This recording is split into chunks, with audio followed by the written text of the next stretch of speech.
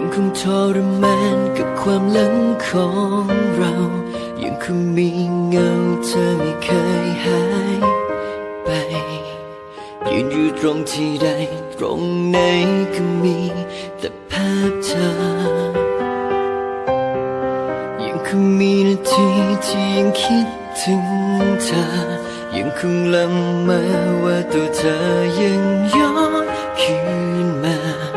ยังมีภาพติดตาให้จดจำยังมองเห็นเธอไม่เคยหายไปยังคงมีภาพเธอในใจทุ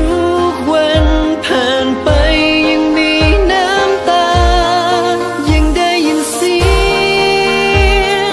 คำที่เธอพูดลาให้ความทรงจำยังย้อนคืนมานาทีที่เราเลิกรา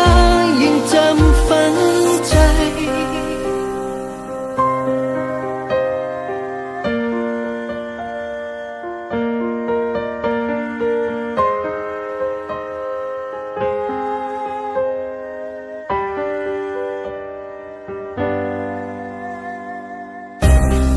มองดูความเป็นจริงที่ยังถึงเรื่องราวมองดูนาฬิกาที่ยังเตือนหัว